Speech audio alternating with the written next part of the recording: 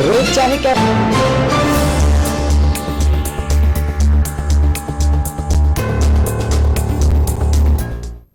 Break के बाद आप सभी का एक बार फिर से स्वागत है। आप देख रहे हैं केकेडी न्यूज में हूं रत्ना। यूपी में कांग्रेस से अलायंस टूटने के दावों के बीच अखिलेश यादव को तगड़ा झटका लगा है। वरिष्ठ सपा नेता ने इस्तीफा दिया है। बता दें कि उत्तर प्रदेश में समाजवादी पार्टी और कांग्रेस के अलग होने की खबरों के बीच अखिलेश यादव को एक और तगड़ा झटका लगा। स्वामी प्रसाद मौर्य ने सपा से अपना इस्तीफा दिया है। इसके अलावा उन्होंने विधान परिषद की सीट से भी त्याग पत्र दे दिया है। बता दें कि सपा से इस्तीफा देते हुए स्वामी प्रसाद मौर्य ने अखिलेश यादव को एक पत्र भी लिखा। उन्होंने लिखा कि आपके नेतृत्व में सौहार्दपूर्ण वातावरण में काम करने का अवसर प्राप्त हुआ, लेकिन 12 फरवरी को हुई वार्ता और 13 को प्रेषित पत्र पर किसी भी प्रकार की वार्ता की पहल न करने की फलस्वरूप मैं समाजवादी पार्टी की प्राथमिक सदस्य से भी त्यागपत्र दे रहा हूं। वहीं एमएलसी सीट से इस्तीफा देते हुए उन्होंने लिखा कि मैं समाजवादी पार्टी के प्रत्याशी के रूप में विधानसभा उत्तर प्रदेश निर्वाचन क्षेत्र से सदस्य विधान परिषद उत्तर प्रदेश निर्वाचित हुआ हूं। मैंने समाजवादी पार्टी की प्राथमिक सदस्यता से त्यागपत्र दिया है। अस्तु नैतिकता के आधार पर विधान परिषद उत्तर प्रदेश की सदस्यता से भी त्यागपत्र मैं दे रहा हूं। कृपया इसे स्वीकार करने की कृपा करें। स्वामी प्रसाद मौर्य ने यह भी बताया कि वो सपा से अलग आखिर क्यों हुए हैं। पार्टी से इस्तीफा देते वक्त उन्होंने कहा कि आज अलग होने का कारण वैचारिक मतभेद है। मैं कभी विचारधारा से हटा नहीं। नेताजी खांटी समाजवादी नेता थे। उन्होंने बयान जारी करते हुए ये भी साफ कर दिया कि उनकी नई पार्टी किस तरीके से आगे बढ़ेगी। स्वामी प्रसाद मौर्य ने कहा कि कांशीराम के बताए रास्ते पर ही चलना है। 22 फरवरी 2024 को पार्टी बनाने का हमने फैसला लिया है। अब रणभेरी बच चुकी है। सम्मान और हिस्सेदारी की लड़ाई जारी रहेगी। स्वामी प्रसाद मौर्य ने मंगलवार को सोशल मीडिया मंच एक्स पर खुद ये जानकारी दी है। इन सारे मुद्दों पर बातचीत करने के लिए हमारे साथ इस वक्त सपा के प्रवक्ता अनूप सांडा जी जुड़ चुके हैं। बहुत बहुत स्वागत है आपका अनूप जी।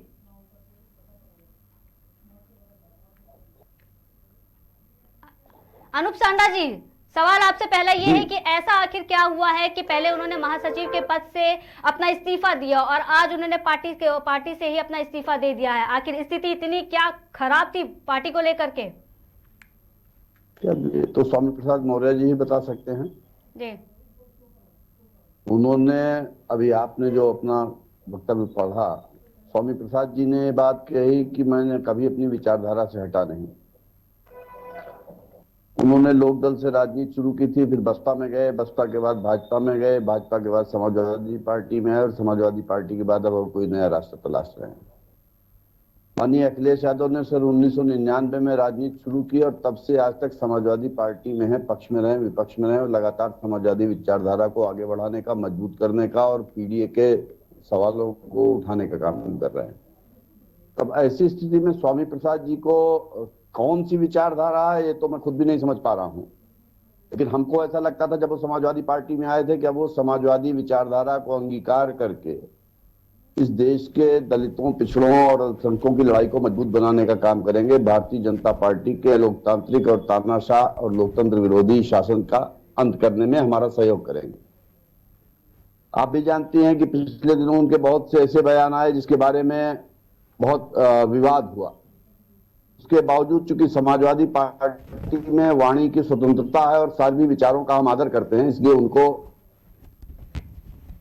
हमने कोई कार्रवाई नहीं, इतना अनुरोध किया कि संतुलित बातें बोले जिससे किसी की धार्मिक आस्था को ठेस न पहुंचे। लेकिन अब स्वामी प्रसाद जी क्या चाहते हैं, किस हद तक जाना चाहते हैं और क्या करना चाहते हैं तो वही बेहतर बता सकते हैं।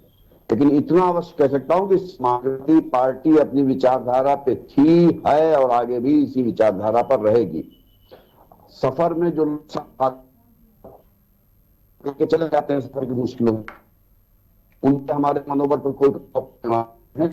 माननीय अखिलेश यादव के नेतृत्व राम मनोहर लोहिया ने जो समाजवादी विचारों का बीज लगाया था, तो बीज बड़ा होकर के एक पेड़ बन चुका है, विशाल वटवृक्ष बन चुका है और इसी को लेकर के हम सारे समाजवादी आगे बढ़ने का काम करेंगे। जी जी अनूप जी, स्वामी प्रसाद का कहना है कि जिस तरीके से वो कांग्रेस सपा की विचारधारा की कमी की बात कर रहे हैं, सपा से काफी नाराज चल रहे थे स्वामी प्रसाद मौर्य, ऐसा लगता है, क्योंकि जिसके बाद उन्होंने समाजवादी पार्टी के प्राथमिक सदस्यता के साथ ही मतलब जो विधान परिषद सदस्य के पद से भी उन्होंने इस्तीफा दिया। किस विचारधारा की ये बात कर रहे हैं यहाँ पर? कि मुझे लगता है कि इसके पीछे विचारधारा का आवरण भले ओढ़ रहे हैं, लेकिन कुछ निजी कारण हो सकते हैं। क्या मैंने निजी अभी कारण हो सकते हैं? आपसे स्पष्ट किया, मैंने आपसे ये बात स्पष्ट की, आप खुद सोच करके देखिए हम्म। कि वो कौन सा व्यक्ति रहेगा जो में भी भाजपा में रहे, कांग्रेस पार्टी में रहे, तो में क्या तक तो कैसे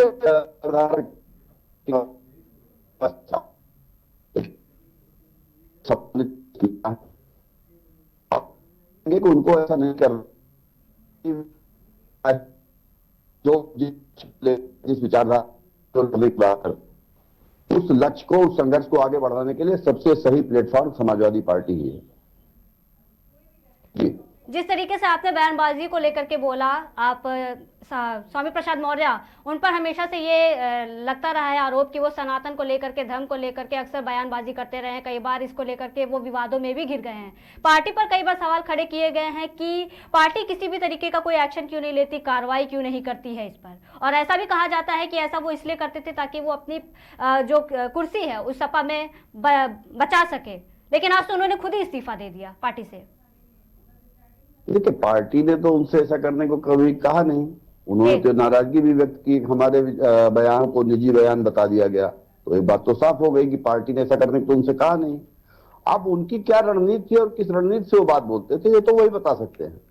लेकिन इतना मैं पुनः कह सकता हूं कि समाजवादी पार्टी में विचारों की अभिव्यक्ति की आजादी है और हम प्रत्येक विचार को आदर देते हैं, लेकिन किसी की धार्मिक आस्था को ना हम खंडित और आहत करना चाहते हैं और ना हमारा हर धर्म की विचारधारा में सम्मान है और हर धर्म का समाजवादी पार्टी आदर करती है।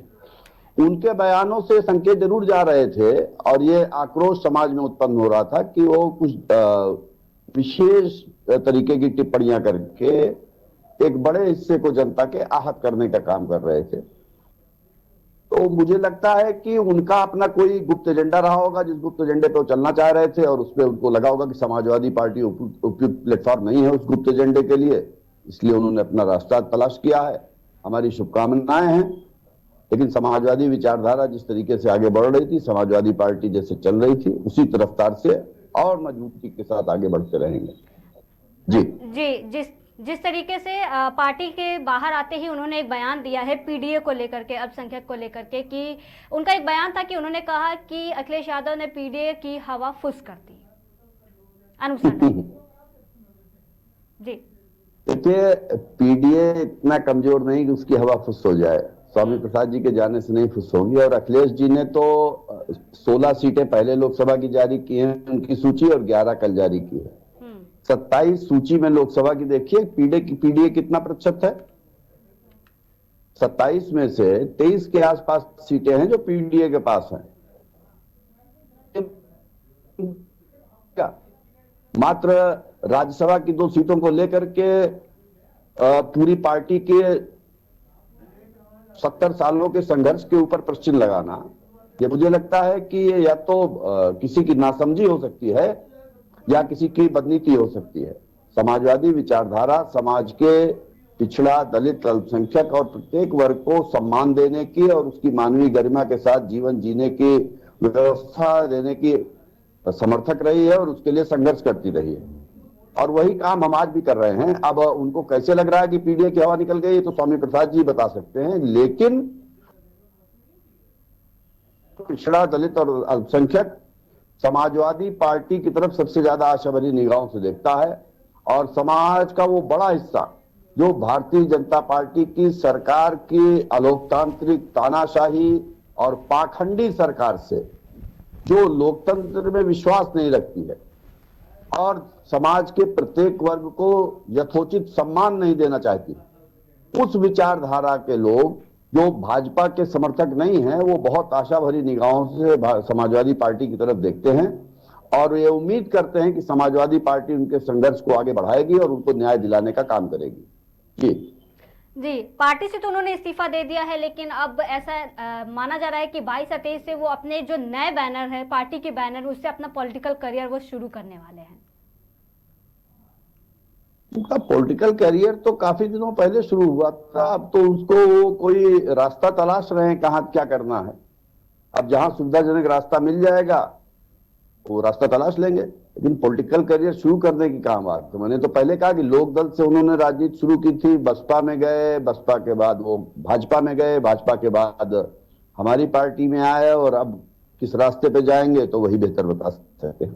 तो जैसा कि आपने तो बोला कि वो कई पॉलिटिकल पार्टियों के बाद वो सपा में आए, सपा से वो फिर भाजपा में भी जा सकते थे, काफी लोग कर रहे हैं। नीतीश कुमार देख लीजिए, बड़े बड़े नाम है, बाबा सिद्दीकी हैं, फिर उसके बाद जश चौधरी जी थे, जयंत चौधरी जी थे।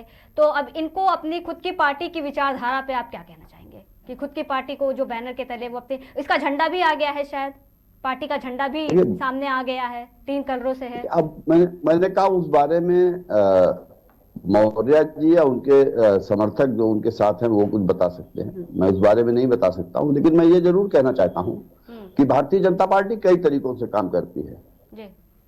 कुछ समाजवादी पार्टी के खुले दुश्मन हैं, खुले विरोधी हैं, और कुछ बीच में से विभीषण निकाल करके वो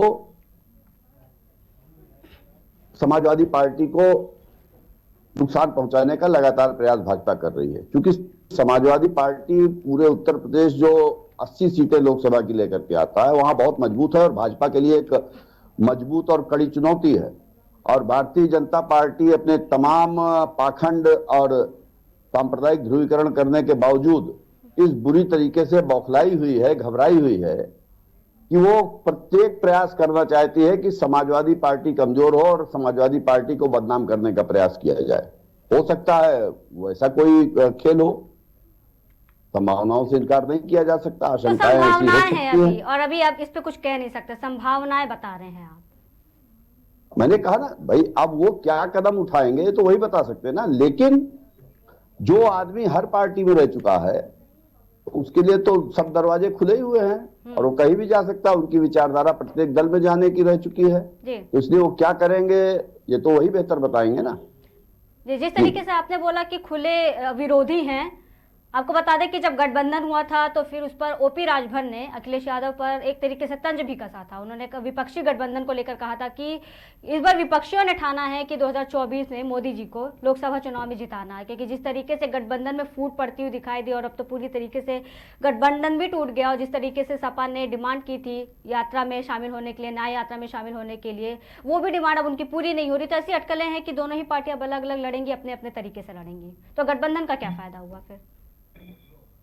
देखिए, हम उत्तर प्रदेश में सबसे ज्यादा मजबूत हैं। हम 36% वोट लेकर के विधानसभा के चुनाव में आए थे, और हमारी अगर 5 लाख 6 लाख के आसपास वोट और मिल गए होते तो हम उत्तर प्रदेश में सरकार में होते। इसलिए जिसको नुकसान के बारे में सोचना है उस सामने वाली पार्टी को सोचना है। समाजवादी पार्टी का वोट दूसरों को ट्रांसफर होना था, किसी दूसरे का वोट हमको समाजवादी पार्टी को नहीं ट्रांसफर होना था। इसलिए चिंता की बात समाजवादी पार्टी के लिए नहीं है, दूसरों के लिए, जिनको हमारे वोटों के सहारे अपनी चुनावी वैतरणी पार करनी थी। लेकिन मैं फिर कह रहा हूं कि समाजवादी पार्टी उस प्रत्येक व्यक्ति को जो भारतीय जनता पार्टी के इस अन्यायी और लोकतंत्र विरोधी शासन का विरोधी है और हमारी नीतियों से सहमत है और हमारे साथ अगर ससम्मान जुड़ना चाहता है तो उसके लिए दरवाजे खुले हैं। कांग्रेस अगर बहुत ज्यादा आगे बढ़ने की बात करेगी तो 17 सीटें तो समाजवादी पार्टी ने अपनी तरफ से कहा था। अब कहां पे बात अटकी हुई है ये मैं नहीं कह सकता। जहां तक सवाल रहा न्याय यात्रा में शामिल होने या न शामिल होने का, तो कांग्रेस पार्टी का कार्यक्रम है। आवश्यक नहीं कि अखिलेश यादव जी किसी दूसरी पार्टी के कार्यक्रम में अगर नहीं शामिल हो रहे हैं जाकर के तो उसका कोई निहितार्थ से निकाला जाए कि उसके पीछे कोई हमारी और मंशा है। उनकी अपनी व्यवस्थाएं हैं, अपने कार्यक्रम पार्टी के चलते रहते हैं, तो आवश्यक नहीं है कि राहुल गांधी जी की न्याय यात्रा में शामिल हो। जी, तो जिस तरीके से अखिलेश यादव ने उनको पत्र लिखा गया, ऐसी भी अटकलें लगाई जा रही थी कि पार्टी से स्वामी प्रसाद मौर्य को काफी ज्यादा नाराजगी थी। तो क्या ऐसे में पार्टी की तरफ से किसी ने क्या उनसे मुलाकात की या किसी तरीके से कोई बात हुई स्वामी प्रसाद मौर्य से? देखिए, पार्टी के वरिष्ठ नेता श्री राम गोविंद चौधरी जी ने उनसे भेंट की थी जी। और भेंट करके उनको ये समझाने का प्रयास किया था कि समाजवादी पार्टी ही भारतीय जनता पार्टी से लड़ने के लिए सबसे सक्षम प्लेटफॉर्म है और इसको ही मजबूत करने का प्रयास करना चाहिए। उन्होंने संभवतः, मैं उस मीटिंग में तो नहीं मौजूद था उस मुलाकात में, लेकिन मुझे जो जानकारी मिली स्वामी प्रसाद जी ने उस पर गंभीरता पूर्वक विचार करने की बात भी कही थी। जी। लेकिन अब अगर उन्होंने फैसला ले लिया है तो ये उनकी अपनी समस्या है। समाजवादी पार्टी इसमें क्या कर सकती है? हम तो अपने जो एजेंडे पे काम कर रहे थे और करते रहेंगे। जी। तो क्या कभी अखिलेश यादव ने कभी अपने तरफ से कोशिश नहीं की स्वामी प्रसाद से, कभी ऐसी अपनी मुलाकात करके, या जो चीजें उनके जो मतभेद थे या विचारों को लेकर के जो मतभेद थे? देखिए, अखिलेश यादव जी समाजवादी पार्टी के राष्ट्रीय अध्यक्ष हैं, और अगर कोई व्यक्ति अपनी शर्तों पर उनसे काम करवाना चाहेगा तो ये कैसे हो सकता है? अगर अपनी शर्तों पर कोई काम करवाना चाहेगा तो फिर ये बात तो नहीं समझ में आती कि आपने इस दिन तक बात क्यों नहीं की और इस घंटे में, इस मिनट में आपने बात क्यों नहीं कर ली। उनके अपने पूर्व नियोजित कार्यक्रम होते हैं, तमाम जगह उनको जाना होता है, पार्टी से संबंधित बहुत से काम होते हैं, और कुछ बातें ऐसी होती हैं जो सार्वजनिक नहीं कही जा सकती। उनको जाना था, वो गए। अखिलेश जी ने बात किया या नहीं किया वो बहाना उनके लिए हो सकता है, लेकिन उनको जाना था, वो गए, मैं इतना ही कह सकता हूं। और एक शेर मुझे याद आता है स्वामी प्रसाद मौर्य जी के लिए कि कैसा ये हादसा है मेरी जिंदगी के साथ, मैं हूं किसी के साथ और मेरा दिल किसी के साथ। वो किसी और के साथ जाना चाहते थे, मजबूरी में उनका शरीर हमारे यहाँ था, लेकिन जहां वो जा रहे हैं हो सकता है उनका भविष्य ज्यादा बेहतर हो। हम तो शुभकामना दे सकते हैं। जैसा उन्होंने कहा कि मतभेद हो सकता है, मनभेद नहीं, तो हम भी कह रहे हैं मतभेद हो सकता है, मनभेद नहीं है। वो वरिष्ठ नेता हैं, सम्मान पूर्वक पूरी जीवन राजनीति करें, हमारी शुभकामनाएं हैं। जी। जिस तरीके से आपने बोला कि उनके पास तो एक तरीके से बहाना है, तो मतलब कहने का है कि अखिलेश यादव ने अपनी तरफ से कोशिश तो की रही होगी, किसी तरीके की फोन पर बात की होगी, किसी तरीके से उनसे मुलाकात की होगी। श्री राम गोविंद चौधरी जी लगभग आधा दर्जन बार विधायक रह चुके हैं, उत्तर प्रदेश के कैबिनेट मंत्री रह चुके हैं, नेता प्रतिपक्ष रह चुके हैं, राष्ट्रीय स्तर के नेता हैं जी।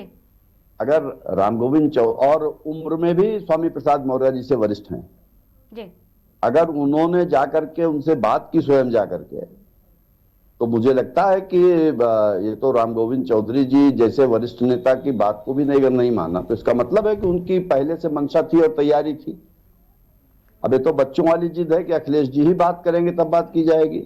क्या राम गोविंद चौधरी जी का सम्मान कम है? ये बार बार आप कह रहे हैं कि उनकी पहले से मंशा थी, उनका रुझान किसी और की तरफ था, खुद की पार्टी को, जैसे उन्होंने अभी अपनी पार्टी के बैनर तले अपनी पार्टी के अपने पॉलिटिकल करियर को शुरुआत करने की बात कही है, तो इस चीज को लेकर के अब बाबा कह रहे हैं कि उनकी मंशा पहले से ही रही। मैंने देखिए शुरू में ही आपसे कहा और फिर मैं उस बात को दोहरा रहा हूँ। हाँ जी।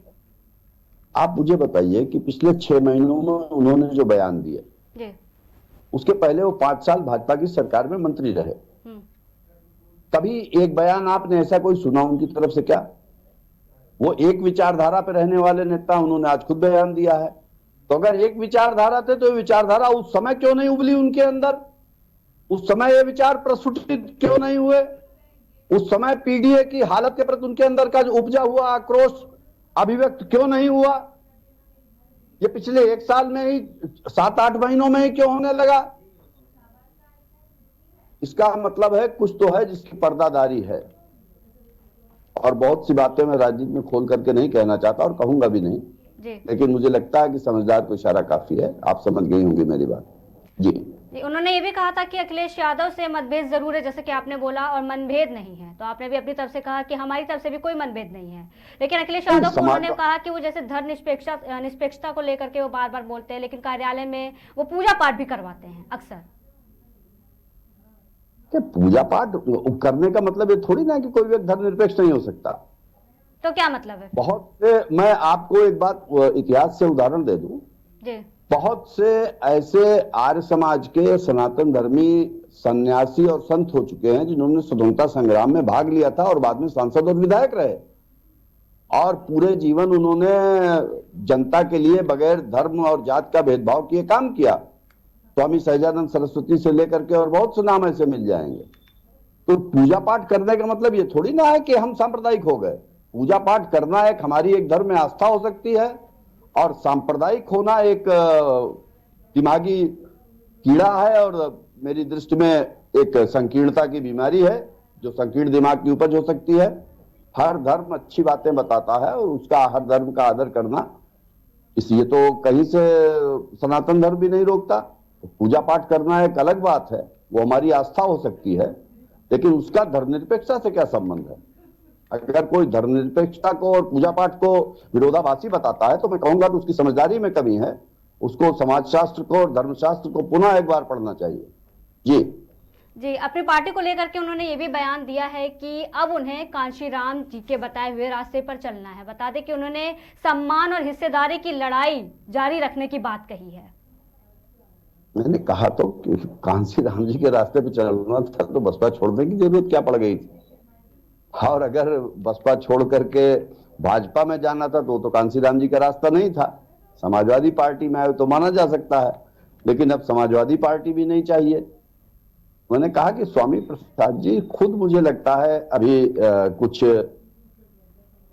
अनिर्णय की स्थिति में है और खुद नहीं समझ पा रहे हैं कि उनको क्या करना है। लेकिन उन्होंने और कर दिया है, अब उसमें समझने जैसा क्या है? उन्होंने इस्तीफा दिया, पहले उन्होंने महासचिव के पद से इस्तीफा दे दिया और जी मैंने उससे तो इनकार नहीं किया कि उन्होंने त्याग पत्र दिया है। मैंने तो कहा, उनको शुभकामना भी दी।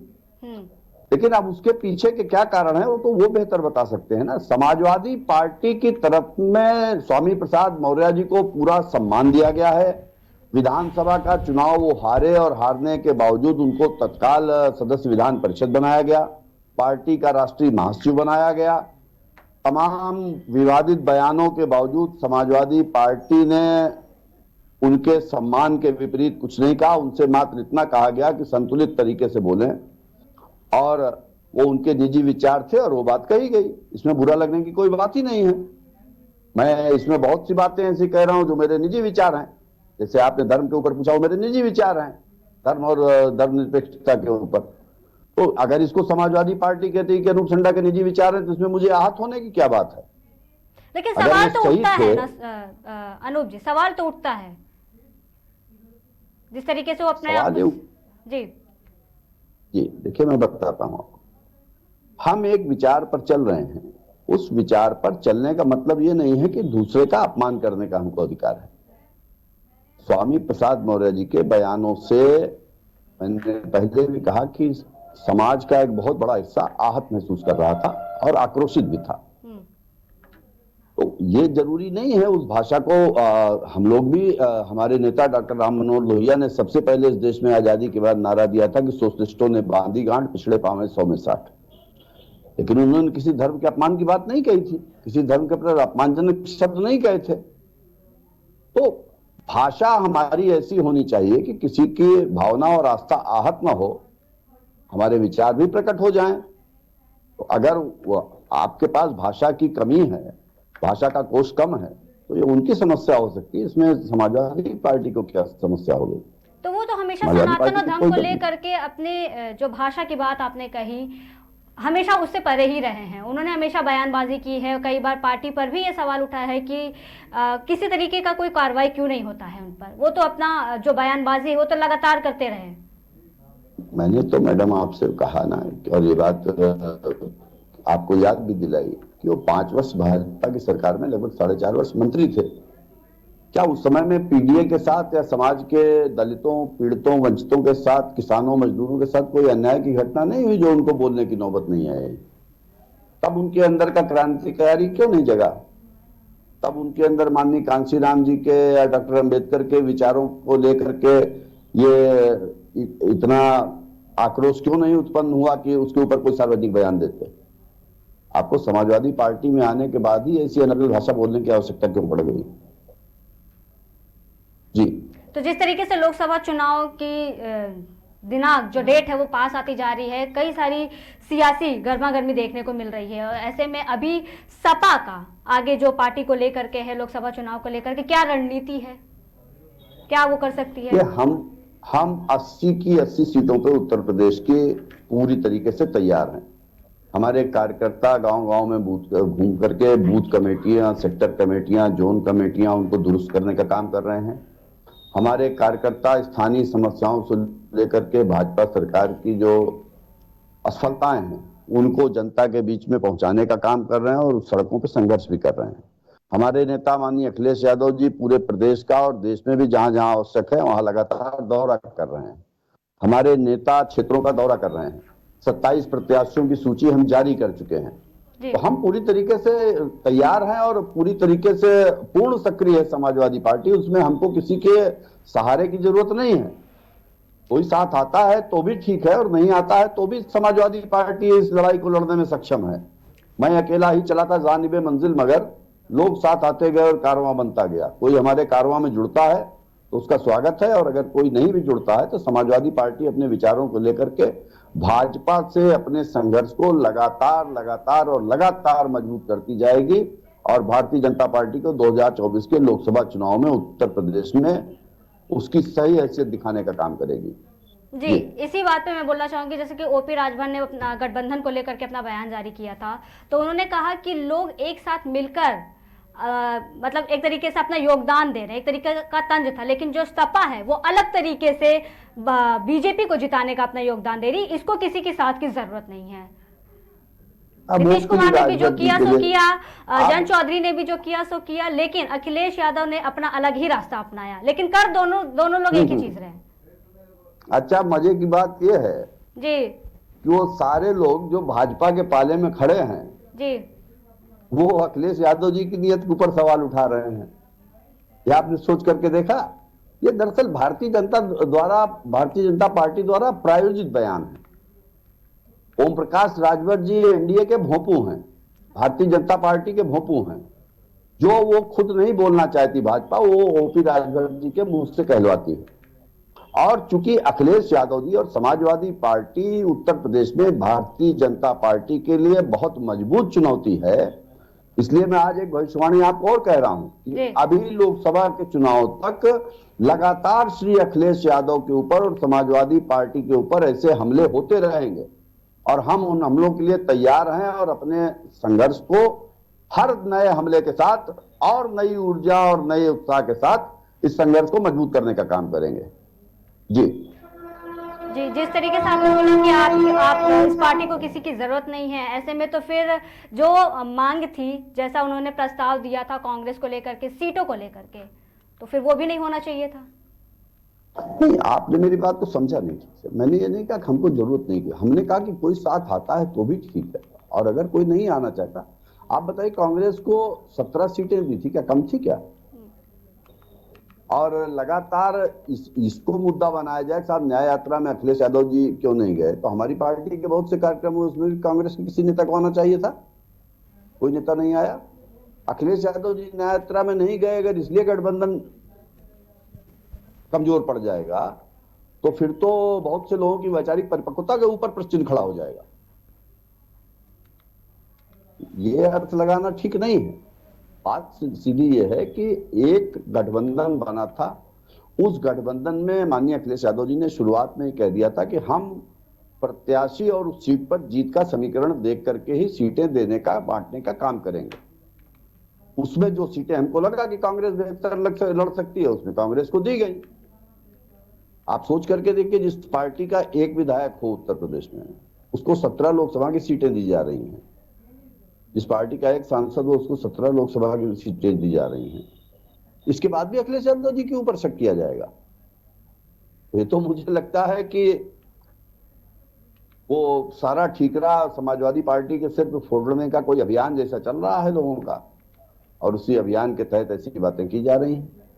जी, तो कहीं ना कहीं ओपी राजभर जी का जो नारा था, जिन्होंने एक कहा था कि मैं दोहा, उन्होंने कहा था कि 2024 में लोकसभा चुनाव में मोदी को जिताना है, क्योंकि गठबंधन और विपक्षियों ने ये ठाना है, तो इस बात सच नजर आ रही है कहीं ना कहीं।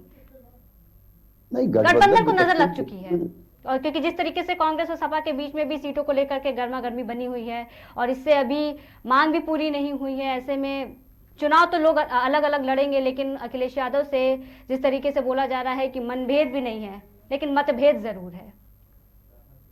नहीं, उससे मैं सहमत हूं। राजनीति में किसी के साथ अगर हम काम नहीं कर रहे हैं उस विचारधारा के साथ, तो आवश्यक नहीं कि उससे हमको घृणा और ईर्ष्या हो। तो मनभेद बिल्कुल नहीं होना चाहिए, मतभेद तो स्वाभाविक है। और ये तो बहुत बड़प्पन की बात है, इससे मैं इनकार नहीं करता। लेकिन जो आपने कहा गठबंधन को नजर लग गई, कोई नजर की बात ही नहीं है, नजर की बात ही नहीं है। बात तो इस बात की है कि हम राजनीतिक दल हैं, हम कोई रेवड़ी बांटने वाले लोग थोड़ी ना हैं।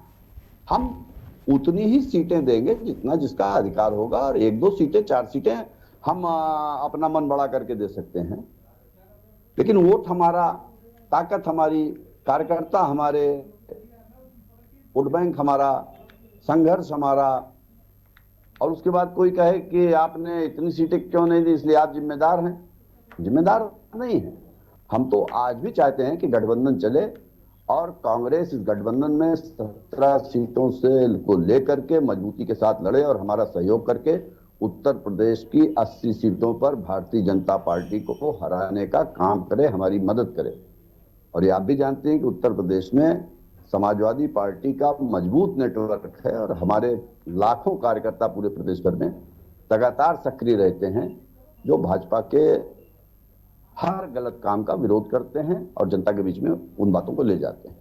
जी उनका ये भी बयान रहा है, एक तरीके से उन्होंने आरोप लगाते हुए बोला कि जैसे सपा के संस्थापक मुलायम सिंह यादव ने, उनको लेकर उन्होंने कहा कि उन्होंने कभी भी संविधान की भावना के विपरीत व्यवहार नहीं किया, बल्कि सपा वाले जैसे कार्यालय में पूजा कर रहे हैं। इसके अलावा उन्होंने प्रोफेसर राम गोपाल यादव पर भी हमला किया है और उन्होंने कहा कि सपा की खटिया खड़ी करने के लिए घर में ही लोग मौजूद है, दूसरों की क्या जरूरत है। उनकी भाषा देखिए, उन्होंने उनके भाषा को लेकर के सवाल किया है, लेकिन जिस तरीके से वो बयानबाजी करते आए हैं अपने पहले के पॉलिटिकल करियर में जिस तरीके से, तो ये भाषा की बात उन्होंने यहाँ पे कही है। और उन्होंने कहा, ये भी बोला था कि ये एक राजनीतिक व्यक्ति की भाषा है, भाषा को लेकर के उन पर हमलावर हुए। देखिए, अब भाषा तो अभी आपने खुद ही बताया कि खटिया खड़ी कर देंगे, लेकिन मैं अगर उस भाषा में बात करूं तो वो राजनीतिक, ये उनका बयान है, ये उनका बयान हाँ, मैं ये कह रहा हूँ कि उन्होंने कहा जी, खटिया किसकी खड़ी होगी, किसका बिस्तरा गोल होगा, ये तो समय बताएगा। लेकिन समाजवादी पार्टी के ऊपर स्वामी प्रसाद मौर्य जी ने जो आरोप लगाए हैं और जो मुलायम सिंह यादव जी की बात कही, अगर मुलायम सिंह यादव जी से इतना प्रभावित थे तो जब मुलायम सिंह यादव जी भाजपा से संघर्ष कर रहे थे उस समय वो दूसरी पार्टियों में क्यों थे, क्यों नहीं मुलायम सिंह यादव जी के साथ खड़े थे? जब मुलायम सिंह यादव जी संघर्ष कर रहे थे भाजपा के खिलाफ जी, और तब वो आप लोकदल और बसपा अलग अलग पार्टियों में पड़े थे, अगर मुलायम सिंह जी के साथ पहले दिन से समाजवादी पार्टी में स्वामी प्रसाद मौर्य जी आ गए होते तब हम मानते हैं उनकी इस बात में दम होता कि मुलायम सिंह यादव जी का वो आदर करते थे। आज चूंकि मुलायम सिंह यादव जी नहीं है तो ये लोगों की भावनाओं से खेलने के लिए बातें कही जा रही हैं। ये सब राजनीति के हथकंडे हैं जिसको हम लोग भी बहुत बेहतर समझते हैं। जी अभी स्वामी प्रसाद मौर्य ने जिस तरीके से इस्तीफे वाली बात कही, बयानबाजी अपनी वो कर रहे हैं, जैसे पीडीए को लेकर के कहा, जिस तरीके से उन्होंने हमलावार किया है गोपाल जी के ऊपर, अखिलेश यादव की क्या प्रतिक्रिया रही है? क्योंकि अभी तक तो शायद उनकी कोई भी ऐसी कोई प्रतिक्रिया बाहर निकल करके नहीं आई है। क्या पार्टी के अंदर किसी भी चीज इस मुद्दे को लेकर के किसी तरीके की बात या मुलाकात या चर्चा? अखिलेश यादव जी भारत की राजनीति के सर्वाधिक शालीन और शिष्ट नेताओं में से एक हैं और जरूरी नहीं होता कि हर बात पे वाणी से ही प्रतिक्रिया दी जाए। हम अपने रास्ते पे चल रहे हैं, स्वामी प्रसाद जी बोल रहे हैं, उनका अपना विचार है। ऐसी भी अटकलें हैं कि अखिलेश यादव जी को पहले से ही कहीं ना कहीं इसका अंदाजा था कि जो आज हुआ है इसके लिए कहीं ना कहीं से वो पहले से तैयार थे। नहीं, हमारी पीठ में छुरा भोंका गया है, हमारी पीठ में छुरा भोंका गया है। और मुझे स्वामी प्रसाद मौर्य जी को जितना सम्मान और जितना महत्व समाजवादी पार्टी ने दिया है, मुझे लगता है कि उन्होंने कहा भी है कि मुझे बगैर कहे हुए, उन्होंने जो पहला पत्र लिखा था उसमें अखिलेश यादव जी को लिखा था कि बगैर कहे हुए मुझे आपने सदस्य विधान परिषद बनाया। तो सम्मान देने में तो समाजवादी पार्टी ने और अखिलेश यादव जी ने कोई कमी नहीं की। अब वो उन्होंने साथ छोड़ करके जाने का रास्ता चुना, उसके पीछे उनकी क्या मजबूरियां हैं, कुछ तो मजबूरियां रही होंगी, यूं ही कोई बेवफा नहीं होता। अब क्यों बेवफा हो गए, क्या मजबूरी है, कहाँ का दबाव है, किस रणनीति पे जाना है, ये तो वही बेहतर बता सकते हैं। लेकिन इतना जरूर कह सकता हूं कि जो माननीय मुलायम सिंह यादव जी की और स्वर्गीय मान्यवर कांसीराम का कट्टर अनुयायी होगा वो कभी भारतीय जनता पार्टी में शामिल होकर के सरकार बनाने में शामिल नहीं होगा। जी जी, बहुत बहुत शुक्रिया आपका अनूप सांडा जी हमारे साथ जुड़ने के लिए और हमसे बात करने के लिए। जी, जिस तरीके से स्वामी सांडा जी ने हमें बताया कि उनके पीठ पे छुरा भोंका गया है और पार्टी को नहीं पता, उन्हें नहीं पता कि आखिर स्वामी प्रसाद ने ऐसा इस्तीफा देकर के पार्टी से अपने आप को अलग क्यों किया है, लेकिन कहीं ना कहीं उनकी अपनी विचारधारा रही होगी, उनके अपने अपने विचार रहे होंगे, ऐसा उनका कहना है। उनकी अपनी निजी विचारधारा रही होगी जिसके चलते उन्होंने ऐसा कदम उठाया है और पार्टी से अपना इस्तीफा दिया है। फिलहाल देखते हैं कि उनकी जो नई पार्टी है जिसके बैनर तले उन्होंने अपना झंडा भी सामने लेकर आए हैं। 3 कलरों का ये झंडा है और अपनी नई पार्टी की शुरुआत करने जा रहे हैं वो 22 या 23 तारीख से। तो फिलहाल के लिए इतना ही। आप देखते रहिए केकेडी न्यूज़।